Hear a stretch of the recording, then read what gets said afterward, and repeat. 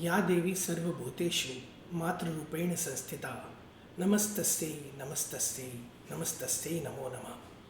त्रिवेणी संग्रहालय सांस्कृतिक विभाग की ओर से मैं डॉक्टर हेमंत कौशिक आप सभी श्रोताओं का स्वागत एवं शक्ति पर्व की शुभकामनाएं प्रेषित करता हूँ। त्रिवेणी संग्रहालय सनातन धर्म की मुख्य धाराएं शैव, शाक्त एवं वैष्णव के ज्ञान संवर्धन एवं कला अभिव्यक्ति का मुख्य केंद्र है। अतः आप सिद्धा पर्व के अंतर्गत शक्ति को समर्पित कई सांस्कृतिक, कलात्मक एवं ज्ञानवर्धक कार्यक्रमों जैसे कला प्रदर्शनी, व्याख्यान, शास्त्रीय उपशास्त्रीय गायन, नृत्य नाटिका आदि एवं कला के विभिन्न आयामों का दिग्दर्शन कर सकेंगे। नवरात्रि आदि शक्ति दुर्गा की पूजा का पावन पर्व है। नवरात्रि के महात्म को भगवान शंकर ने भी स्वीकार किया है। भगवान आदि शंकराचार्य जी द्वारा विरचित सौंदर्य लहरी के वर्णन में आता है कि माता पार्वती के पूछने पर भगवान शंकर ने नवरात्र के परिचय को देते हुए कहा है कि नवशक्तिभिः संयुक्तम नवरात्रम तदुच्यते एक देव देवेशी नवधा परितिष्ठिता। अर्थात नवरात्र 9 शक्तियों से संयुक्त है। सृष्टि की संचालिका कही जाने वाली आदि शक्ति की 9 कलाएं विभूतियाँ नवदुर्गा कहलाती हैं। इन 9 दिनों में दुर्गा देवी के 9 रूपों की पूजा उपासना विधि विधान से की जाती है। मार्कंडेय प्रणीत सप्तशती के कवच स्तोत्र में कहा गया है, प्रथमं शैलपुत्री च द्वितीयं ब्रह्मचारिणी तृतीयं चंद्रघंटेति कृष्मांडेति चतुर्थकं पंचमं स्कंदमातेति षष्ठमं कात्यायनी च सप्तमं कालरात्रिश्च महागौरीति चाष्टमं नवमं सिद्धिदात्री च नवदुर्गाः प्रकीर्तिताः उत्तिक्तानि नामानि ब्राह्मणेव महात्मना। अतः इन रूपों के पीछे तात्विक अवधारणाओं का परिज्ञान धार्मिक, सांस्कृतिक और सामाजिक विकास के लिए आवश्यक है। त्रिवेणी संग्रहालय सांस्कृतिक विभाग द्वारा जनमानस को शक्ति के इन 9 तथा अन्य स्वरूपों को और उनमें निहित भावों से परिचित करने का प्रयास एक चित्र प्रदर्शनी सतरूपा के माध्यम से किया जा रहा है। शक्ति स्वरूपों के दर्शन मनन हेतु इस प्रदर्शनी में आप सभी सादर आमंत्रित हैं। आज के इस व्याख्यान सत्र एवं सिद्धा के शुभारंभ में बड़े सौभाग्य की बात है कि आज प्रमुख वक्ता के रूप में परम पूज्य परमहंस परिवज्रिकाचार्य श्रोत्रिय ब्रह्मनिष्ठ कृपालु अनंत श्री विभूषित महामंडलेश्वर स्वामी श्री 108 सच्चिदानंद सरस्वती जी महाराज उपस्थित हैं। स्वामी जी का परिचय देना सूर्य को दीप दिखाने जैसा है। अनंत का क्या परिचय, फिर भी औपचारिकता है तो स्वामी जी श्री साधना धाम आश्रम श्री पारदेश्वर मंदिर परभणी महाराष्ट्र के पीठाधीश्वर एवं संस्थापक हैं, जहां आप श्री द्वारा विश्व के सबसे बड़े पारद लिंग का निर्माण एवं स्थापना की गई है। स्वामी जी भक्ति, वेदांत, उपनिषद, गीता, ज्ञानेश्वरी, दर्शन, योग के मूर्धन्य विद्वान मर्मज्ञ संत होने के साथ ही मुमुक्षुओं, जिज्ञासुओं, साधकों एवं सन्यासियों का आध्यात्मिक मार्गदर्शन एवं पथ प्रशस्त करते रहते हैं। आपके मार्गदर्शन में आश्रम कई कल्याणकारी एवं आध्यात्मिक गतिविधियां आयोजित करता रहता है। अपने विभिन्न केंद्रों द्वारा हरिद्वार आश्रम, बड़ौदा स्थित आश्रम, इंदौर सिद्ध शक्तिपीठ एवं देश के विभिन्न स्थानों से विदेशों तक आध्यात्म विद्या एवं ज्ञान का प्रसार करने में संलग्न है। आज के व्याख्यान के मुख्य विषय के रूप में शक्ति साधना में 10 महाविद्या के ऊपर स्वामी जी अपना उद्बोधन देंगे। महर्षि अगस्त्य प्रणीत शक्ति सूत्र में कहा है, अथा तो शक्ति जिज्ञासा। वैसे ही ब्रह्म सूत्र में ब्रह्म की जिज्ञासा के बारे में कहा है। शक्ति और ब्रह्म पृथक नहीं किया जा सकता, वहाँ अभेद है। फिर भी कई तंत्र ग्रंथों एवं शक्ति साधना में शक्ति के विभिन्न रूपों एवं विद्या एवं महाविद्या रूप का वर्णन है। इनमें मुख्य रूप से 10 महाविद्याओं का कार्य भेद से निर्धारण हुआ है। प्रकृति, संस्कृति, जगत एवं इस ब्रह्मांड के आधार के रूप में शक्ति ही है, जिसे 10 महाविद्या के अंतर्गत श्रेणीबद्ध किया गया है। आज शक्ति के इन्हीं महाविद्या स्वरूपों को हम स्वामी जी के व्याख्यान द्वारा नवीन दृष्टि से समझने का प्रयास कर सकेंगे। अब मैं स्वामी जी से अनुरोध करूंगा कि वे अपने श्रीमुख से विषय प्रकाशन करें।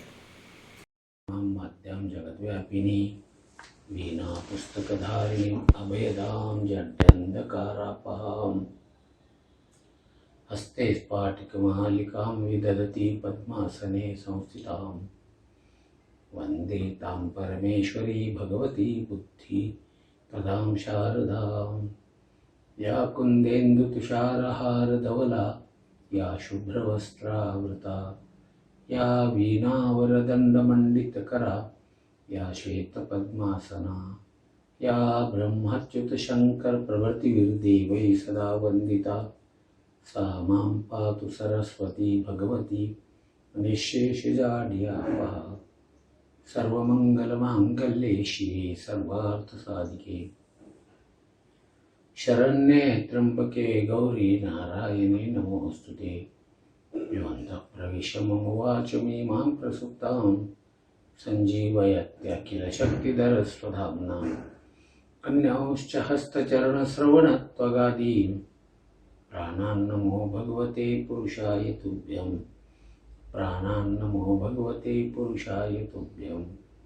श्रीरङ्गनाथं गुरुराजवर्यं मुमुक्षूणां ज्ञानदानैकदक्षं प्रभावती क्षेत्रनिवासिनन्तं नमामि वेदान्तविदां वरिष्ठं। सद्गुरुदेव भगवान की जय।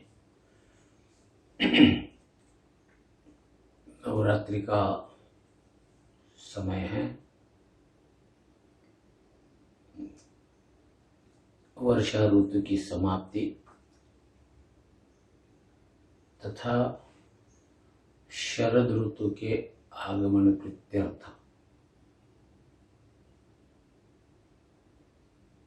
यह जो 9 दिन है मनाए जाते हैं। इन 9 दिनों में शक्ति की प्रधानता को स्वीकार करके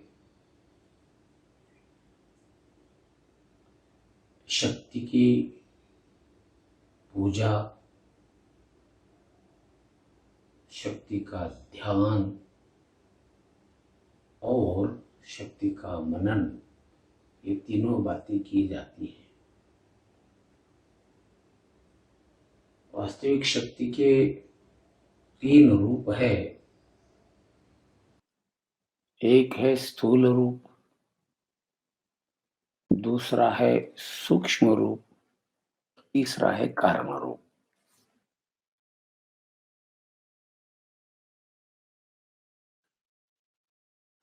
परमात्मा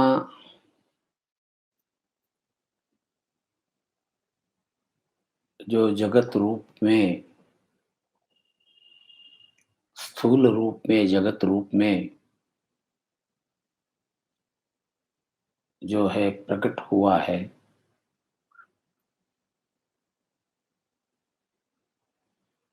उसका जो सूक्ष्म रूप है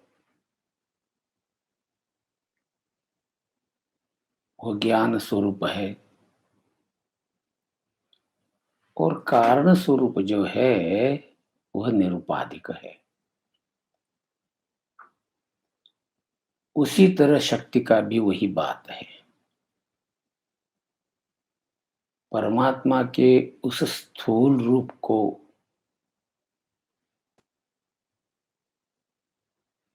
परिवर्तन के लिए स्वयं में, स्वयं के आनंद प्राप्ति के लिए जो कुछ होता है, उस होने के लिए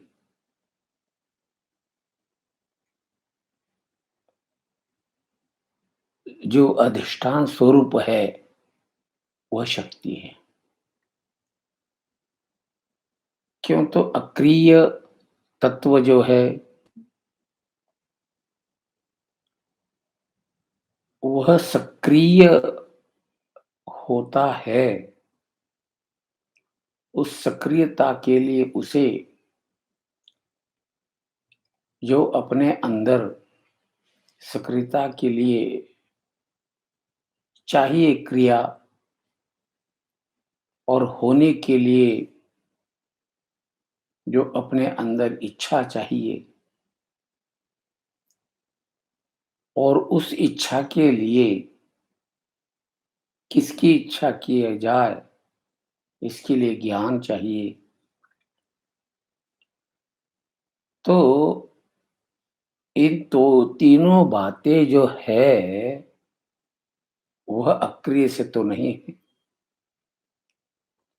इन तीनों बातों को धारण करने वाली जो अधिष्ठान स्वरूप है वही शक्ति है। इसलिए परमात्मा का स्वरूप जो स्थूल स्वरूप है, परमात्मा निरुपाधिक होते हुए सोपाधिक जो दिख रहा है, उस सोपाधिकत्व को जो है उसको क्या माने? तो एक शास्त्र कहता है कार्य मानने, दूसरा शास्त्र कहता है अध्यस्त माने। तो विचार प्रणाली के अनुसार है। तो इसलिए शक्ति है क्या? ये और जो परमात्मा जो है वह है क्या? तो कहते हैं कि ये दोनों भी निरुपाधिक तो है ही, लेकिन दोनों के एकत्व से ही मतलब जो निरुपाधिक है वो सोपाधिक बनता है और उसमें क्रियात्व, इच्छात्व और ज्ञानत्व जो आता है वो उसको हमने शक्ति ऐसा नाम दिया है, जिसके द्वारा आता है। तो अब यह जो शक्ति है यह पिंड में काम करती है, उसी तरह ब्रह्मांड में काम करती है। पिंड अर्थात हमारा शरीर, प्राणियों का सभी शरीर, सभी प्राणियों के शरीर। और जितना जीव तत्व है जो स्वयं के द्वारा हिलता है, स्वयं की इच्छा से हिलता है, डुलता है, काम करता है, क्रिया करता है, वह एक स्वरूप है। और दूसरा उसको क्रिया करने के लिए उसने जो धारण किया हुआ जड़ता है, जड़ शरीर है, जड़ अणु है, वह जो ब्रह्मांड स्वरूप है। तो इसलिए इन दोनों तरफ इस ब्रह्मांड में जो भी क्रियाएं होती है किसी की इच्छा से ही होती है और किसी के ज्ञान द्वारा ही होती है। उसको हमने परमात्मा कहा है, ईश्वर कहा है।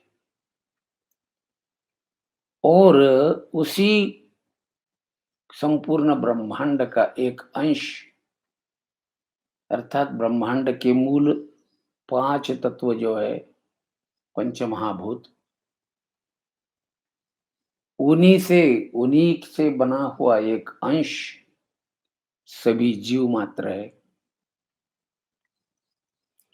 उन जीवों में जो इच्छा ज्ञान क्रिया है और इस ब्रह्मांड को चलाने की इच्छा, ज्ञान और क्रिया है। वह जो कोई है अधिष्ठान स्वरूप इच्छा, ज्ञान, क्रिया का, वह शक्ति जो है, वह स्वयं निरुपाधिक है, स्वयं निराकार है। और उसी तरह जो यह ब्रह्मांड स्वरूप बना है और पिंड स्वरूप बना है, वह भी स्वयं में निराकार, निर्गुण तथा है। तो दो तत्व तो एक जैसे ही है, लेकिन इनको दो क्यों कहा जाए? बस इसलिए है तो एक ही दोनों, लेकिन इनको दो क्यों कहा जाए? क्यों तो एक जिसको कहते हैं शक्ति सूत्र में, उसके बारे में पहला जो जिज्ञासा के बाद में अथातो शक्ति जिज्ञासा, और दूसरा सूत्र जो यत्कर्त्री, तो इस यत् पद से जो ब्रह्मांड है और जो पिंड है, उसमें कर्त्री, करने के लिए जो शक्ति उपयोग में आती है वह, अर्थात शक्ति तो दिखती नहीं है। जैसे आपकी कार चलती है और कार में पेट्रोल होता है, पेट्रोल में चलाने की एनर्जी है या इंजन में चलाने की एनर्जी है, तो पेट्रोल के सिवा इंजन चल सकता नहीं है। लेकिन स्वयं पेट्रोल कहीं चल सकता नहीं है। तो क्या हो रहा है यहाँ पर? तो पेट्रोल संपूर्ण शक्ति स्वरूप ही है। वही शक्ति जो द्रव रूप में बना है, उस द्रव रूप में वो शक्ति ही है पूरी। उसी तरह इंजन में जब इस शक्ति का प्रवेश होता है, तब वह जो जड़ है वह हिलने लगता है। उसी तरह इस ब्रह्मांड में और पिंड में चेतना शक्ति जो है हमारी, वो चेतना शक्ति ही सब कुछ है। इसलिए उसको यत् कर्तृ बतलाया है। उसके पहले उन्होंने अथ अतः शक्ति जिज्ञासा इस तरह से सूत्र दिया है। तो इसका उद्देश्य यही है कि जैसे इस बाह्य जगत को और हमारे शरीर को, इन दोनों को जानने के लिए वहां भी उन्होंने कहा है। तो इस तरह वहां किस तरह से कहा है और यहाँ किस तरह से कहा है। वहां इस साकार सगुण तत्व के पीछे कौन है, यह जानने की जिज्ञासा है। यहाँ साकार सगुण को साकार में क्रियात्व और सगुण में गुणत्व किसके द्वारा है, यह जानने के लिए यह प्रक्रिया शक्ति जिज्ञासा है। अब दोनों में थोड़ा फर्क है, यहाँ पर सूक्ष्म फर्क है। इसलिए मैंने पहले ही कहा कि शक्ति का एक स्थूल स्वरूप है जो क्रिया स्वरूप है। शक्ति का एक दूसरा स्वरूप है सूक्ष्म स्वरूप है, वह ज्ञान स्वरूप है।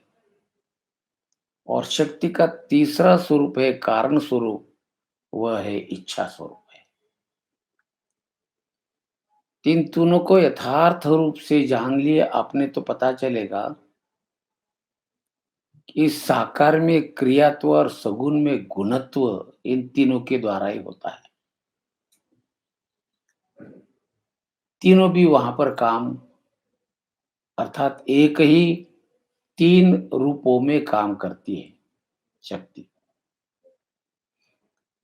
तो जैसे बाहर ब्रह्मांड में हमने ब्रह्मांड को दिशाओं में जब विभाजित किया है तो वह 10 दिशाएं आती है हमारी, ऊर्ध्व, अधः और बाकी 8 दिशाएं मिलकर 10 दिशाओं का निर्माण होता है यहाँ पर।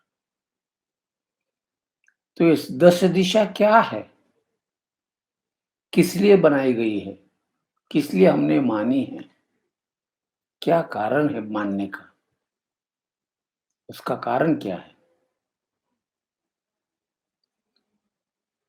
और ये जो दिशाएं मानी हैं, बाह्य दिशा तो सूरज के ढंग से मानी है हमने, और ये जो पृथ्वी है उसके ढंग से मान ली है। हमारे अंदर भी हमने जो 10 दिशाएं मान ली है,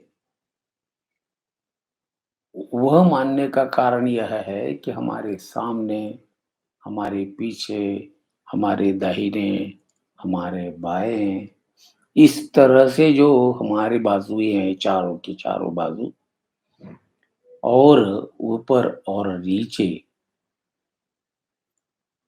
तो इन सभी दिशाओं के द्वारा हम स्वयं को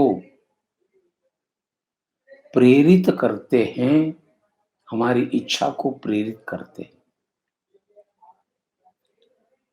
तो इस तरह की अगर सूक्ष्मता जान ली आपने, तब पता चलेगा ये 10 हमने जो मान ली है शक्ति के स्वरूप, इसका कारण वही है।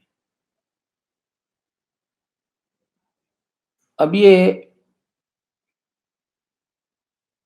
उपनिषदों में विद्या और अविद्या का तो वर्णन आया हुआ है कि विद्या अमृतमश्नुते, वहां कहते हैं अविद्या मृत्युं तीर्त्वा विद्या अमृतमश्नुते, ईशावास्य उपनिषद में कहते हैं।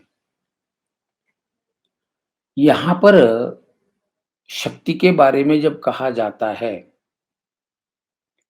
वह भी शक्ति स्वरूपा ही है, विद्या भी शक्ति स्वरूपा ही है, अविद्या भी शक्ति स्वरूपा ही है।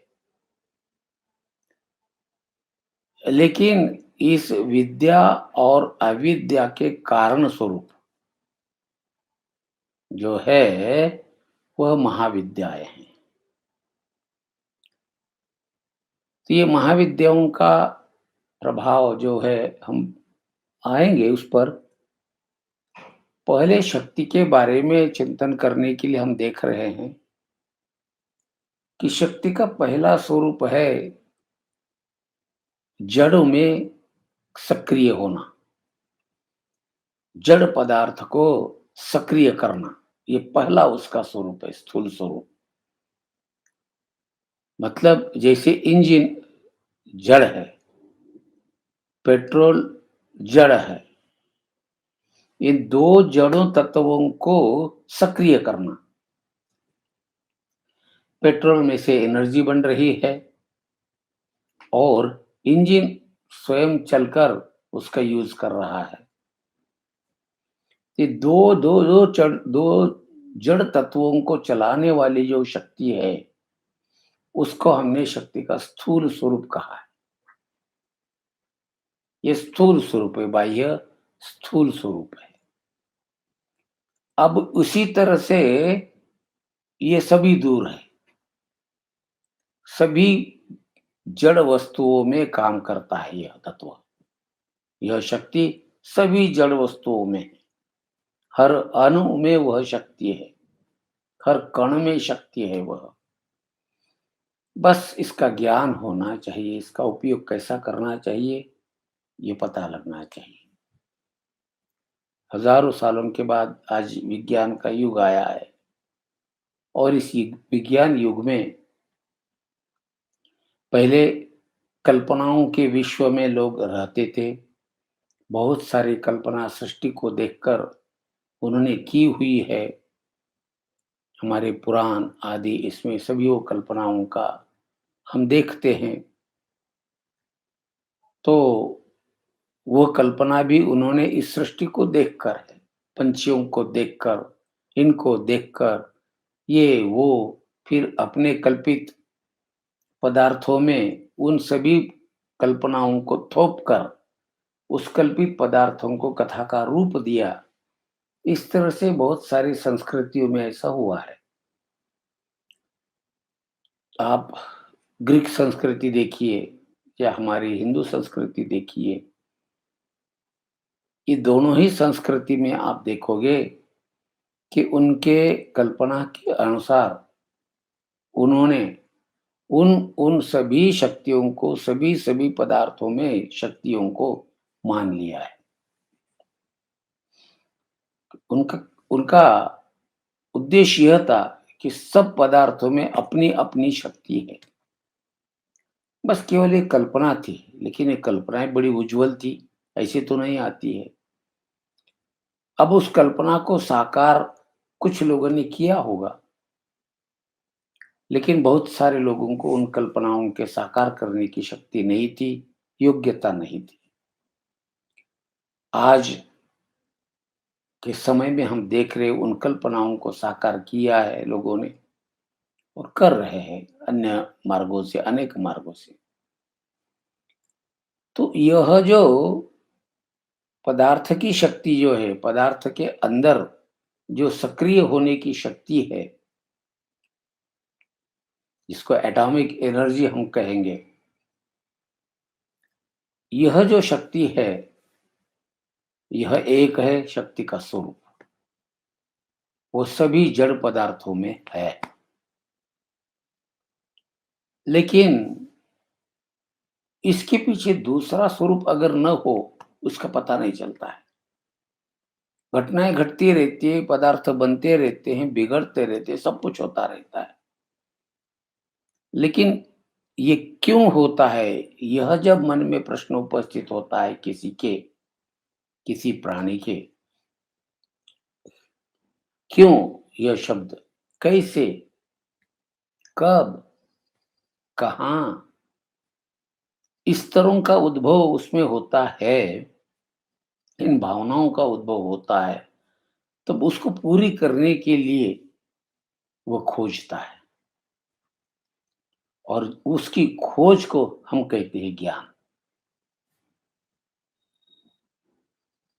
और इस ज्ञान के लिए वह साधन के रूप में जो है इंद्रियों का उपयोग करता है। उसके पहले ज्ञान का उद्भव जो होता है उसके अंदर कि कब, क्यों, कैसा, ये इसी को कहते हैं इच्छा। यह मूल रूप में है प्राणी की। और इस इच्छा के बाद में वह इच्छा का जो पदार्थ है या कल्पना जो है, उस कल्पना का पदार्थ है उसका ज्ञान। और कुछ कभी-कभी ज्ञान के बाद इच्छा होती है और कभी-कभी इच्छा के द्वारा ज्ञान की तरफ प्रवृत्ति होती है। हमारी मूलभूत जो आवश्यकता है प्राणियों की, आहार, निद्रा, भय और मैथुन, ये मूलभूत प्राणियों की आवश्यकताएं हैं। इन आवश्यकताओं को लेकर ही आदमी में पहली इच्छा उत्पन्न होती है। जैसे आहार की इच्छा होती है, जैसे छोटा बच्चा होता है, 6 महीने का बच्चा होता है, 3 महीने का बच्चा होता है, उसको जब भूख लगती है तो केवल वो रोता है, उसकी खोज नहीं है, उसको ज्ञान नहीं है कि मैं क्यों रो रहा हूँ। भूख लगी है, रो रहा है, उसको पता नहीं क्यों रो रहा है, उसको ज्ञान नहीं है। और जैसे बड़ा होने लगता है, उसको पता है मुझे भूख लगी है, भूख का ज्ञान तब होता है उसको।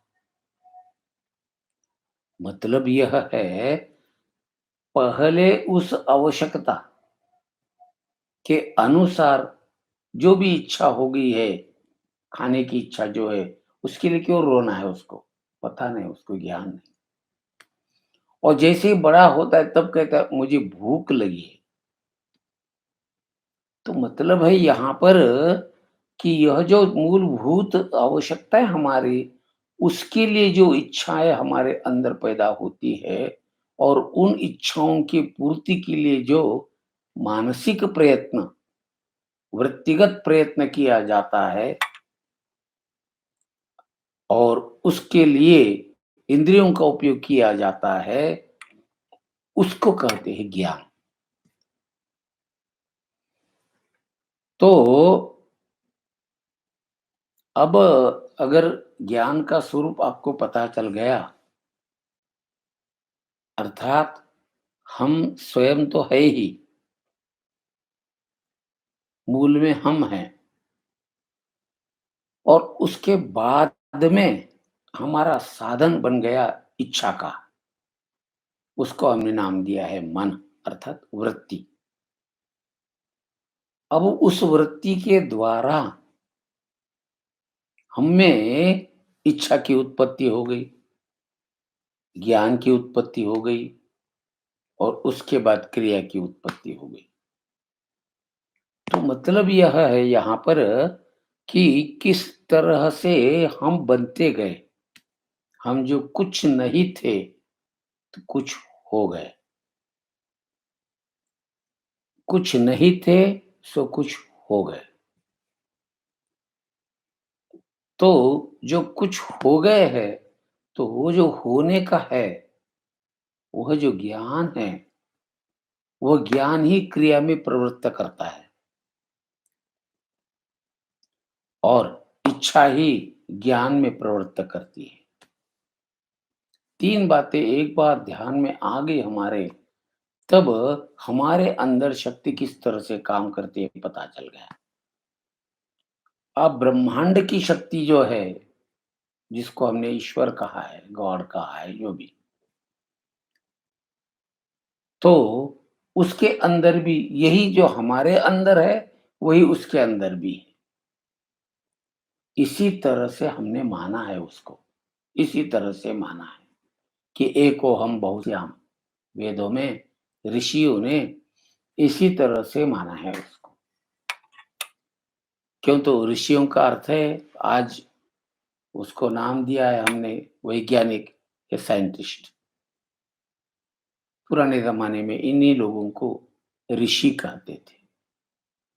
शास्त्र के पठन करने वाले को ऋषि कहते नहीं हैं।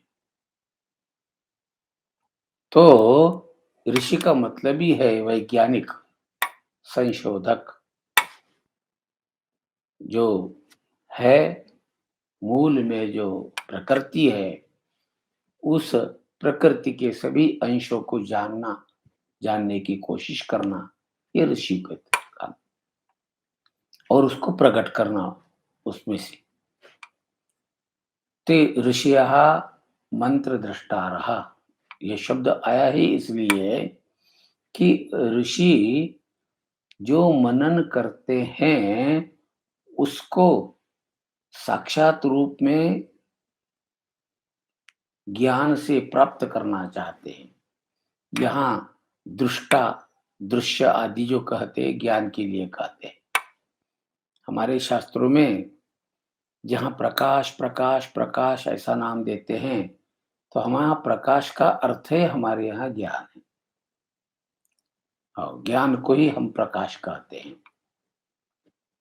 बिना ज्ञान का यह जो है बल्ब का प्रकाश वगैरह है, उसका भी ज्ञान हमको ही है। बल्ब का प्रकाश है, ये हमको ज्ञान है। तो मतलब ज्ञान ही प्रकाश स्वरूप है। इसलिए हमारे शास्त्रों में ज्ञान को ही प्रकाश स्वरूप माना है।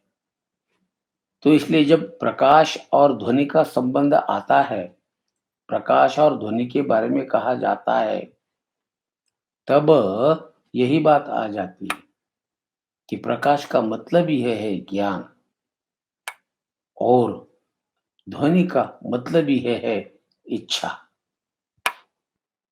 और इन दोनों के द्वारा तीसरी घटना घटती, मतलब इच्छा, ज्ञान और उसके बाद है क्रिया। तो मतलब है यहाँ पर कि इस तरह से हमने शक्ति को अगर विभाजित कर दिया, विभाजित करके देख लिया, एक ही शक्ति के 3 रूपों को देख लिया हमने, तब यह शक्ति हमारे शरीर में और बाह्य में कैसे काम करती है। तो कल्पना करी है हमने कि जैसे ईश्वर की कल्पना एक मनुष्य के रूप ने करी है, तब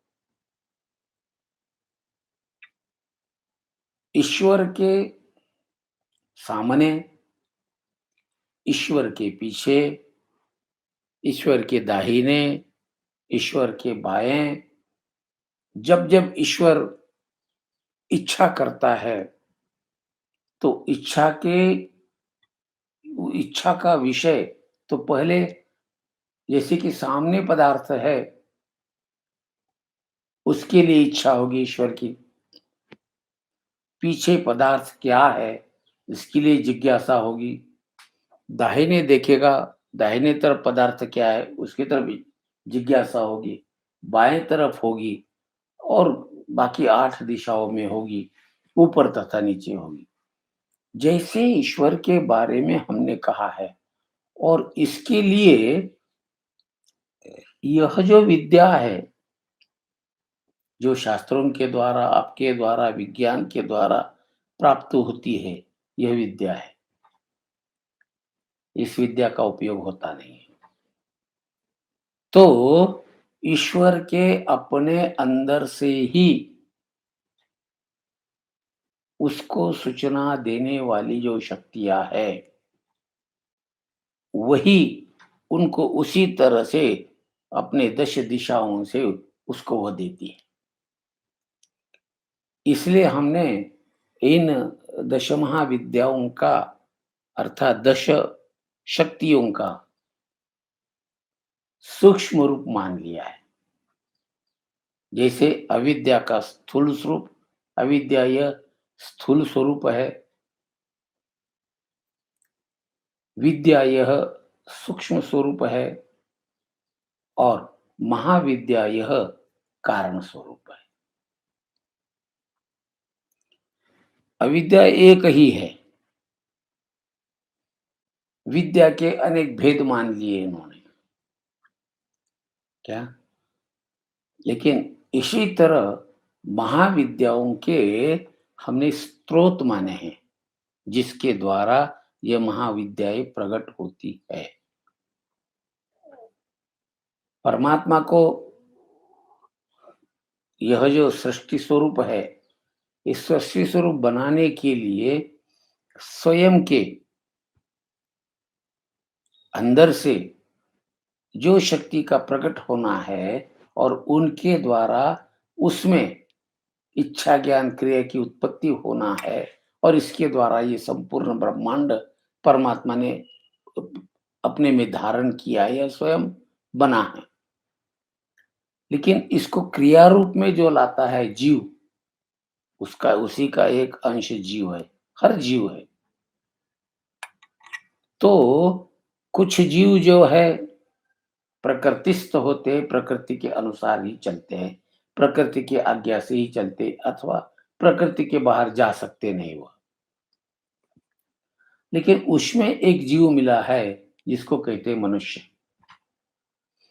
यह जो मनुष्य है अर्थात उस जीव को मनुष्य मन के द्वारा अपने को जो है कार्य कराता है, वृत्ति के द्वारा कार्य कराता है। तो यह जो मनुष्य है, यह भी तो जीव ही है और लेकिन यह जीव है अपने द्वारा इस प्रकृति में कल्पनाएँ करता है और उन कल्पनाओं के द्वारा अपनी एक सृष्टि बनाता है। वास्तविक प्रकृति है भगवान की, जितना भी दिख रहा है ये प्रकृति है तो भगवान की प्रकृति यह, अर्थात परमात्मा बना हुआ है प्रकृति। लेकिन उस परमात्मा के किस तरह से मानना है, किस तरह से करना है, किस तरह से उसके रूप मानना है, आदि जो कल्पनाएँ हैं, उस कल्पनाओं के द्वारा परमात्मा की सृष्टि, अपनी सृष्टि इस तरह से 2-2 सृष्टियाँ वो बनाता है, वह है मनुष्य। तो इस मनुष्य को यह बनाने के लिए जैसे मनुष्य शरीर में 10 नाड़ियाँ हैं, जो सीधी ब्रेन से संबंधित है और सीधे ब्रेन तक ही पहुँचाती है। तो हमारी जो शरीर की धारणा है, बाहरी जो शरीर है, उसके अंदर एक जो नर्वस सिस्टम है, उस सिस्टम के प्रमुख 10 है, जिसके द्वारा ब्रेन को सूचनाएँ मिल जाती है। पूरी की पूरी सूचनाएँ मिल जाती है। और हम इंद्रियों के द्वारा बाहर की सृष्टि का जो ज्ञान प्राप्त करते हैं, तो उसके लिए हमें इंद्रियों का उपयोग होता है। इसलिए वहाँ जो जिसके द्वारा उपयोग होता है, उसको हम क्या कहते हैं? उसको हम विद्या कहते हैं। और दूसरा है, यह सब हो रहा है, यह सब हम कर रहे हैं, इस पदार्थों को जान रहे हैं, उत्पन्न भी कर रहे हैं हम पदार्थ अपने कल्पनाओं के द्वारा आदि सब कुछ कर रहे हैं। लेकिन ये सब कल्पना है, यह न जानते हुए हम उनको सत्य मानते हैं, तो यह है अविद्या। तो अब देखो, एक अविद्या हो गई, एक विद्या हो गई, अब बारी आती है महाविद्याओं की। तो एक हमारे शरीर में जो है, ये महाविद्याओं का स्थान है, ये 10। बाहर की प्रकृति में, बाहर के जगत में यही शक्तियाँ काम करती है, अलग-अलग रूप में। और यही शक्तियाँ जब बाहर आ जाती है आपके अंदर, उन उन नाड़ियों का, उन उन नर्व्स का, नर्व्स के द्वारा आपके ब्रेन की वह सूचना पहुँचती है, तब आपका ब्रेन, आपका जो अहम है, उसको पकड़ लेता है। अब वह अहम बाहरी पदार्थों को उपयोग करके अपनी इच्छाओं की पूर्ति करता है। इसको हम सिद्धि ऐसा नाम देते हैं शास्त्र में, जिसको हम चमत्कार आदि कहते हैं। तो मतलब है यहाँ पर कि यह जो 10 महाविद्याएँ हैं, बाहरी ढंग से भी हमने काम करे उनको लिए, तो उनको हमने अलग-अलग नाम दिए हैं। काली है, तारा है, षोडशी है, भुवनेश्वरी है, छिन्नमस्ता है, आदि जो 10 महाविद्याएँ हैं, उसको अलग-अलग नाम दिए हमने। नाम देने का उद्देश्य यह था कि उनके नाम के जैसा ही उनका स्वरूप भी है। उन स्वरूपों को जानने के लिए उनके नामों की थोड़ी-सी व्युत्पत्ति अगर जान ली आपने तो पता चलेगा। नामों की व्युत्पत्ति कैसे करना, ये संस्कृत विद्वानों पर आधारित है, उनके बुद्धि पर आधारित है। लेकिन एक साधक किस तरह से करता है, जो ज्ञाता किस तरह से करता है, किसी ने लिख के रखा है, किसी ने किस तरह लिखा है, उसके अनुसार एक चलता है और दूसरा उस लिखावट के अनुसार आगे उसकी सूक्ष्म तरफ जाने वाला साधक होता है वो। तो इन हर एक नाम के पीछे आपको एक अ, सूक्ष्म ऐसा अर्थ पता चलेगा। जैसे जहाँ बाहरी बाहरी इंद्रियाँ जो है काम तो करती है, लेकिन अगर आँखें न हो तो काम कहीं भी चला जाता है, कहीं भी आदमी गिर सकता है, कुछ भी हो सकता है। जिसको अंधा कहते हैं हम या अंधेरा कहते हैं। तो सहज रूप में हम उसको कहते हैं कि अरे पूरा काला है, कुछ नहीं दिख रहा है, अंधेरा ही अंधेरा है, ऐसा दिख रहा है। तो जहाँ कुछ दृश्य नहीं है, दृश्य नहीं है, लेकिन हमारे अंदर हम तो है, दृश्य नहीं है लेकिन हमारे अंदर हम तो है और हमें इच्छा भी है कि अभी हमें कुछ नहीं दिख रहा है, हम पूरा कोरे हैं हम, ठीक है? हमारे अंदर सब कुछ है। तो बाहर तो सब काला है, लेकिन हमारे अंदर सब कुछ है। उस काले के अंदर जो है बाहर के काले के अंदर हमारे अंदर सब कुछ इच्छाएँ हैं पूरी जो है, हो सकती है, प्रकट भी हो सकती है। जब प्रकाश होगा तब इच्छाएँ प्रकट भी हो सकती है, ज्ञान प्रकट भी हो सकता है, क्रियाएँ प्रकट भी हो सकती है। लेकिन अब वो सब के सब अंदर दबी हुई है। तो ऐसी बीज रूप जो है वह काली है। इसलिए हम एक-एक का देखेंगे, तो हम देखेंगे बाहरी लोगों ने अब ये देखो इसकी भगवतियों की शक्ति की उपासना करने वाले 3 लोग हैं। एक उसका स्थूल उपयोग करने वाले तामसी लोग, एक उसका सूक्ष्म स्वरूप उपयोग में लाने वाले जो है राजसी लोग और एक कारण में डूबने वाले लोग हैं। तो यह सात्विक लोग हैं। तो अभी इसमें देख लीजिए कि बाकी पुराणकारों ने, शास्त्रकारों ने इन तीनों गुणों के द्वारा ही किया है। इसलिए जैसे हमने काली का स्वरूप देख लिया, अब दूसरा स्वरूप है। जैसे सुबह सूरज उगता है और ज्ञान प्रकट होने लगता है। उस प्रकाश में हम देखते पदार्थों को और तभी इच्छा की शुरुआत हो जाती है कि जैसे पदार्थ देखते हैं, क्या है, कैसा है, इस तरह की जिज्ञासा उत्पन्न होती है और जिज्ञासा पूर्ति के लिए हम उस पदार्थ को जानने की कोशिश करते हैं, अर्थात ज्ञान। इसी को हमने नाम दिया है तारा।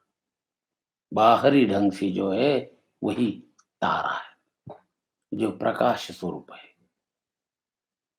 अब उसको फिर उपासना के रूप से अलग-अलग साधनाओं के रूप से अलग-अलग रूप लोगों ने दिए हैं, उसके नाना रूप माने हैं। क्यों तो व्यक्ति जितने हैं, उतने उनके अनुसार कल्पनाएँ उनकी बनती है। उन कल्पनाओं के अनुसार उन उन ऋषियों ने, उन लोगों ने अपनी-अपनी कल्पनाएँ करके उसी उपासना की है। अब तीसरी देखेंगे हम कि एक हो गई, दूसरी हो गई। अब तीसरे का स्वरूप देखेंगे तो जैसे तीसरी का स्वरूप देख लेंगे हम, षोडशी, अर्थात इस षोडश कलावान पुरुष के अंदर आई हुई है। जब आपको ज्ञान होता है, जब प्रकाश होता है, तो आप में जो इच्छा पैदा होती है, हमेशा आपकी इच्छा पूर्णता की तरफ जाने वाली। पूर्ण आपको जो भी चाहिए वो सब पूर्ण चाहिए, आधा-अधूरा नहीं चाहिए। कोई चाहता नहीं कि आधा-अधूरा हो जाए। और हमने पूर्णता का गणित किया है 16 के आधार पर। 16 आंकड़ा पुराने लोगों में पूर्ण मानते थे, इसलिए षोडश कलावान पुरुष ऐसा मानते हैं। तो इस पूर्णता की तरफ ले जाने वाली जो शक्ति है, वह है षोडशी। अर्थात 16 कलाओं से युक्त होने वाली जो है, वह है षोडशी। बाहरी ढंग से भी षोडशी का अर्थ है पूर्णता के ओर आई वाली। अभी पूर्ण हो गई है यह शक्ति, पूर्णता के अर्थ में। इसलिए हमारे सन्यासियों में षोडशी की जाती है, वह 16 से युक्त है। उसके बाद हमने उसी शक्ति के चौथा स्वरूप देख लिया है। अभी चौथा स्वरूप जो है, वो समझो भुवनेश्वरी का है, पकड़ो। तो अभी ये भुवनेश्वरी कौन है? जो पूर्ण हुई है, उसने भुवन को व्याप्त किया है। अर्थात बाहर हमने मान लिए है, हमारे अंदर मान लिए हमने।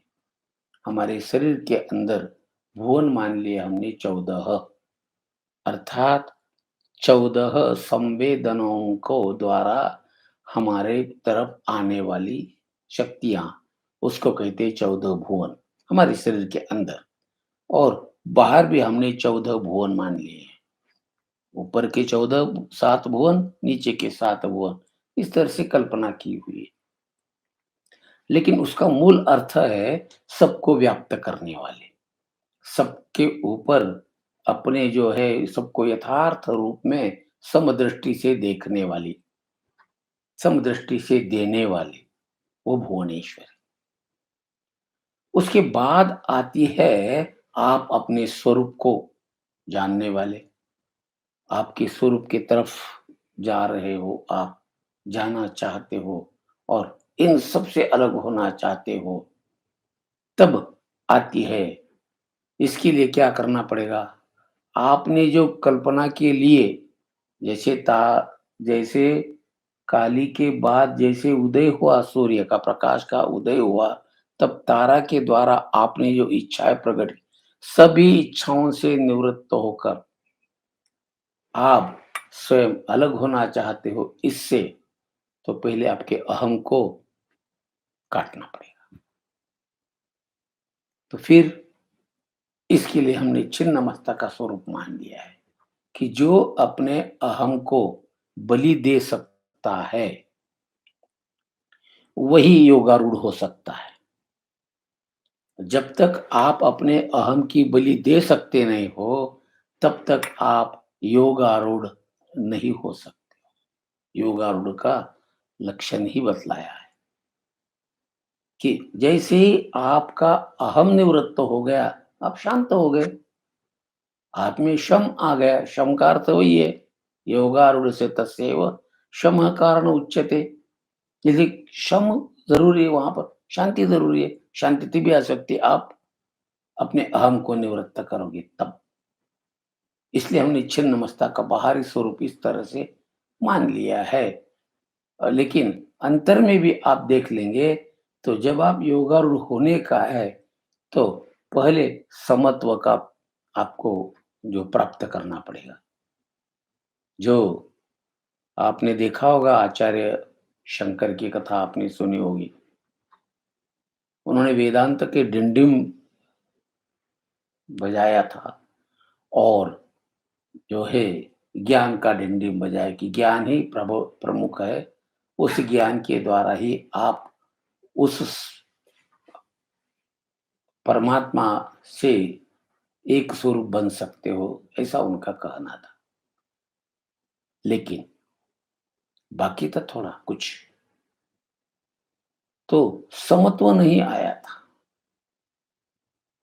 ज्ञान के द्वारा मैं ये नहीं, मैं वो नहीं, मैं वो नहीं, ये बतला रहे थे बराबर। लेकिन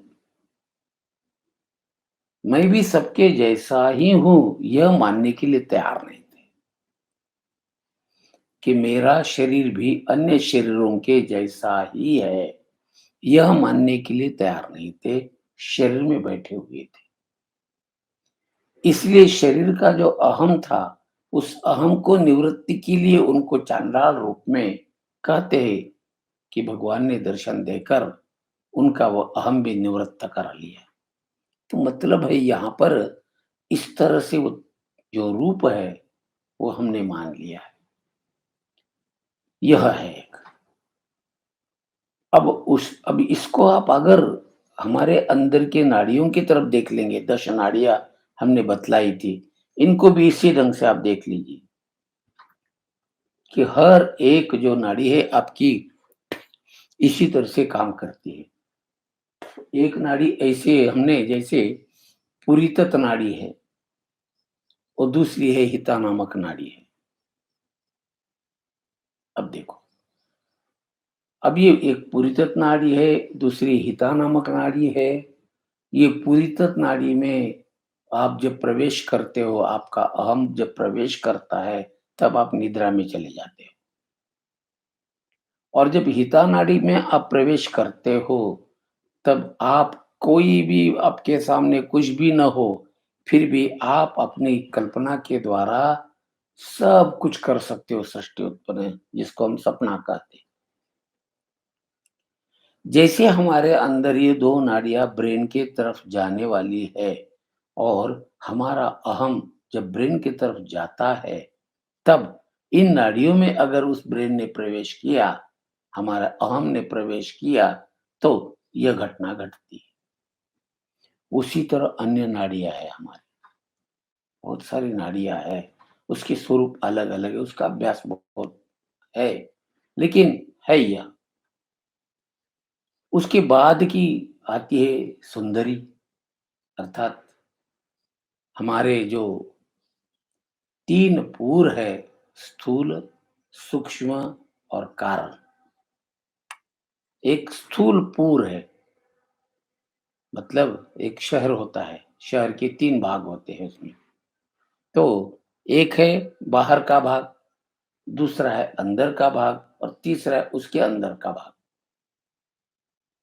तो यह ऐसे ये 3 पूरे हमारे अंदर उन त्रिपुरों 3 पूरों को अच्छे ढंग से रखने वाले, मतलब स्थूल देह को शक्ति प्रदान करने वाली, सूक्ष्म देह को शक्ति प्रदान करने वाली और कारण देह को शक्ति प्रदान करने वाली। ये कारण देह बहुत से लोगों में बड़ा भ्रम पैदा हुआ है। इन लोगों ने सुषुप्ति में कारण देह मान लिया है। स्वप्न में जो है सूक्ष्म देह मान लिया है और जागृति में स्थूल देह मान लिया है, इन्होंने मान लिया है। लेकिन थोड़ा सूक्ष्मता से इसमें विचार करेंगे आप, तो आपका पता चलेगा कि कारण देह कौन है? कारण ही आपका शुरुआत जो हो गई है आपकी, आपके अहम से। यही आपका कारण देह मूल है। आपका अहम ही कारण है। पहला कारण आपका अहम है। अब उसके बाद दूसरा कारण है आपकी प्रकृति, जो आपने धारण की हुई है। अर्थात पंचमहाभूत और आपकी वृत्ति, मन, बुद्धि, अहंकार वृत्ति, अंतःकरण जिसको कहते हैं। ये पंचमहाभूत बाहरी करण हो गए और ये अंतःकरण जिसको कहते हैं मन, बुद्धि, अहंकार स्वरूप अंतःकरण। तो यह है आपका सूक्ष्म स्वरूप। और तीसरा है उसके बाहर आपका ज्ञान स्वरूप, जिसको आप मानते हो। इनके द्वारा आप मानते हो। मतलब अंतःकरण तथा इंद्रियों के द्वारा उस अहम को कुछ तो मानते हो, यही आपका स्थूल स्वरूप है।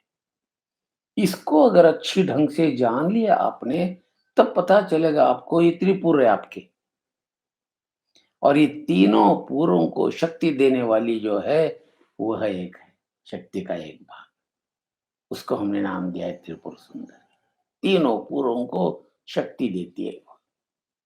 तो ध्यान में आ गया आपके एक एक कारण, सूक्ष्म और स्थूल। इसको अगर देख लिया आपने, तब आपको पता चलेगा कि यह है। उसके बाद में आती है, जिसको हम कहते हैं कि आपने देखा होगा, मतंग किसको कहते हैं?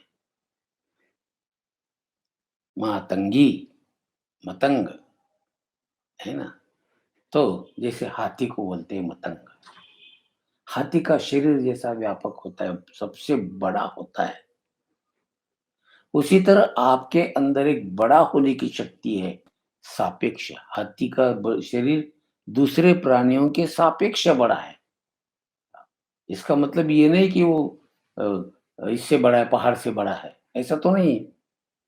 सापेक्ष बड़ा है, किसी वृक्ष से बड़ा भी नहीं है वो तो, सापेक्ष बड़ा है। ये जो सापेक्ष बड़ा होने की जो इच्छा होती है हमारी, और उसकी पूरी करने वाली जो शक्ति है, उसको हमने नाम दिया है मातंगी। उसके बाद आती है धूमावती। ये सब जब हम स्थिर हो जाते हैं, सभी में पदार्थ आपके पास पूर्ण के पूर्ण होते हैं, और कोई एक आधा विचारी होता है, पुरुष महापुरुष, एक विचारी महापुरुष होता है। अविचारियों की बात छोड़ दो, जितना मिलता जाए उतना ही उसके पीछे चला जाए, तो वो तो जिसको हम कहते हैं अतृप्त आत्मा है वो, तृप्त आत्मा नहीं है। जैसे धन के पीछे लगने वाला, और कितना भी धन हुआ तो उसको लगता है कि अभी कमी ही है, अतृप्त आत्मा है वो। उसको अमीर नहीं कहना चाहिए, क्या है? उसको अमीर मत कहो, कोई बात नहीं। क्या? उसको अतृप्त आत्मा है वो, भटकते रहता है वो तो, उन धन के पीछे, छोड़ दो। तो मतलब वो नहीं है इस तरह से। तो ऐसा जो तृप्त हुआ है, और तृप्ति के बाद अपने को स्थिर रखना चाहता है, और उसको जो शक्ति प्राप्त होती है, वह वह जहाँ पर प्रवेश करता है, वहाँ उसको पता नहीं चलता है कि अगर इसके आगे क्या है?